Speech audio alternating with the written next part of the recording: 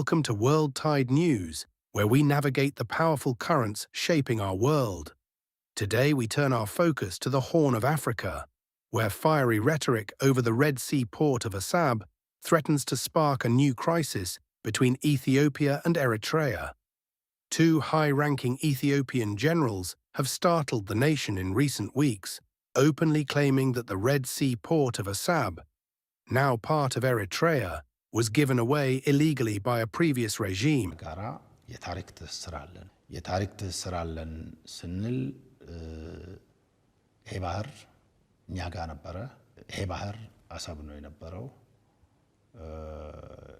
አሰብ ደግሞ እንደምታውቁት ራስ ገዝ ነው የነበረውና ብዙ ነገሮችን ማንሳት ይቻላል። ወደ ሚዲያ ባናመጣውም እነኚህን ነገሮች በጓዳ በደንብ ማውራት ጀምራላል ከነሱ ጋራና A state of genuine disbelief.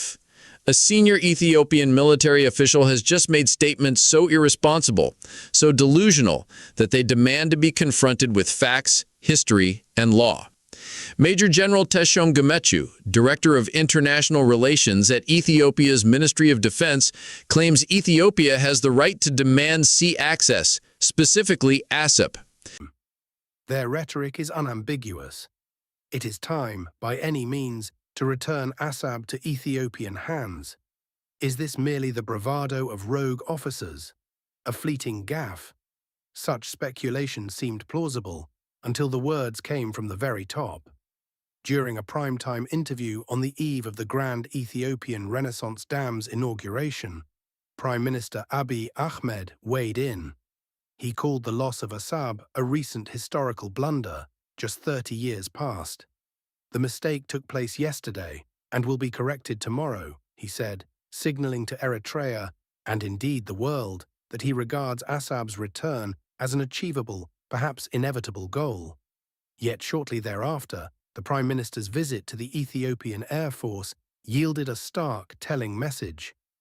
The Air Force is ready, he remarked, an unmistakable signal that Ethiopia's military is preparing for conflict. Some have called this a mere rallying cry, a populist ploy to deflect scrutiny from Ethiopia's mounting problems. Others warn it is more than that, a genuine escalation setting the stage for conflict. Why would Ethiopia's leader so casually court international outrage and risk a new war? Is it national survival, wounded pride, or personal ambition to secure a legacy as the man who reclaimed the sea? The answer is elusive. But one thing is certain, war with Eritrea would shatter what remains of Ethiopia's fragile stability. The scars of the Tigray War are fresh. Experts estimate up to 600,000 dead, millions displaced, and an economy crippled.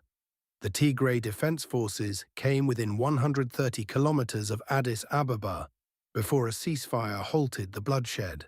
Ceasefire occurred after fighting re-erupted inside Tigray on August the 24th.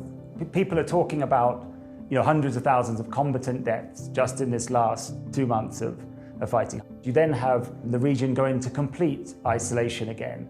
The few humanitarian services that had started up since the fighting ended in December, January, since the March truce, they were immediately cut. The prospect of services resuming then becomes more distant, and then you have all the devastation that's caused sort of directly by the conflict. So this period of conflict has compounded an already incredibly difficult situation for a region of around 6 million people, most of whom are assessed as needing some form of humanitarian assistance. The government, battered and spent, did not secure victory, but survival at great cost.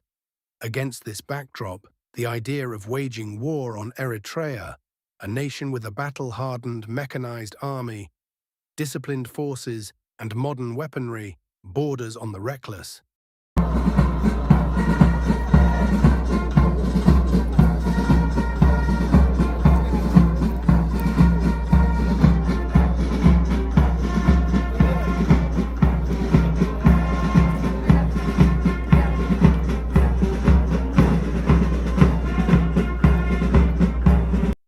Ethiopia would be the clear underdog. International law stands firmly against such aggression. The devastation for both nations, should bullets fly, would dwarf any fleeting gains, plunging the Horn of Africa back into chaos and ruin. There are choices for Ethiopia. Djibouti's port remains a commercial lifeline. Djibouti has been a major maritime passage between the east and west for centuries, serving as a transit route for merchants mostly from Egypt, Rome, Greece and the Arabian Peninsula. But since independence in 1977, Djibouti ports have evolved to primarily meet the growing needs of its landlocked neighbor Ethiopia. Somalia and Eritrea have both, at times, offered peaceful port access. The region is already a tinderbox. Now is the moment for statesmanship, not saber-rattling. The real legacy will belong not to the leader who reopens old wounds in search of the sea, but to the one who finds a way to peaceably share its bounty for generations to come. Yet as the war drums beat louder in Addis Ababa, the silence from the international community is deafening. Will the world once again turn a blind eye as the Horn of Africa lurches toward disaster? And what of the African Union, headquartered in Ethiopia's own capital? Will it rise to defend core principles of sovereignty and peace, or be reduced to a passive bystander, eroding its own credibility with every word left unsaid? It should not take a prophet to foresee that a fresh conflict would not stay confined to the border. The fallout, a tidal wave of refugees, shattered economies, and regional instability, would spill across Djibouti, Sudan, Somalia, and beyond. Millions are at risk. One false step, one provocation too many, could ignite a humanitarian catastrophe in a region already battered by war and hunger. So we end with a simple question. If governments and institutions fail to act with wisdom and restraint now, who will answer to the people of the Horn when the fire finally sweeps through their lives? This is World Tide News. If you value staying informed about the forces shaping our world, please like, share, and subscribe. See you in the next report. Thank you for watching.